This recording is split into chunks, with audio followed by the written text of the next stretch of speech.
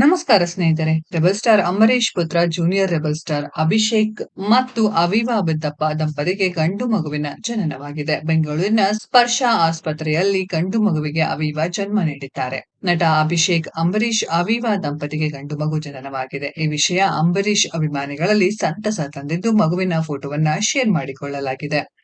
2023ರಲ್ಲಿ Abhishek Ambareesh Aviva Biddappa ಮದುವೆ ಬಂಧನಕ್ಕೆ ಒಳಗಾಗಿದ್ದರು. ಕುಟುಂಬಸ್ಥರು ಆಪ್ತರ ಸಮ್ಮುಖದಲ್ಲಿ ಅಭಿಷೇಕ್ ಅವಿವಾ ಮದುವೆ ನಡೆದಿತ್ತು. ಜೂನ್ 5ರಂದು ಅರಮನೆ ಮೈದಾನದಲ್ಲಿ ಅಂಬಿ ಪುತ್ರನ ಮದುವೆ ನಡೆದಿತ್ತು. ನಂತರ ಜೂನ್ 7ರಂದು ಆರತಕ್ಷತೆ ಆಯೋಜನೆ ಮಾಡಲಾಗಿತ್ತು. ಸುಮಲತಾ ಅಂಬರೀಶ್ ಮೊಮ್ಮಗು ಜೊತೆಗಿನ ಫೋಟೋ ಸೋಷಿಯಲ್ ಮೀಡಿಯಾದಲ್ಲಿ ವೈರಲ್ ಆಗ್ತಿದೆ. ಅಭಿಮಾನಿಗಳು ಮಗುವಿನ ಫೋಟೋ ಝೂಮ್ ಮಾಡಿ ಯಾರ ರೀತಿ ಕಾಣಿಸುತ್ತಿದೆ ಎಂದು ಚರ್ಚೆ ನಡೆಸುತ್ತಿದ್ದಾರೆ. ಬೆಂಗಳೂರಿನ ಖಾಸಗಿ ಆಸ್ಪತ್ರೆಯಲ್ಲಿ ಅವಿವಾ ಗಂಡು ಮಗುವಿಗೆ ಜನ್ಮ ನೀಡಿದ್ದಾರೆ ಎಂಬ ಮಾಹಿತಿ ಲಭ್ಯವಾಗಿದೆ.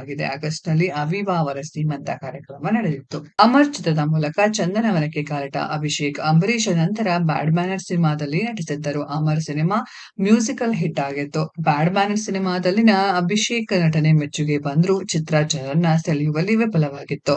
ಸದ್ಯ ಕಾಳಿ ಚಿತ್ರದಲ್ಲಿ ಅಭಿಷೇಕ್ ನಟಿಸುತ್ತಿದ್ದಾರೆ. ಸ್ನೇಹಿತರೆ, ಈ ದಂಪತಿಗೆ ಶುಭ ಕೋರೋಣ. ಈ ವಿಡಿಯೋದ ಬಗ್ಗೆ ನಿಮ್ಮ ಅನಿಸಿಕೆಯನ್ನ ಕಾಮೆಂಟ್ ಬಾಕ್ಸ್ ಅಲ್ಲಿ ಕಾಮೆಂಟ್ ಮಾಡಿ.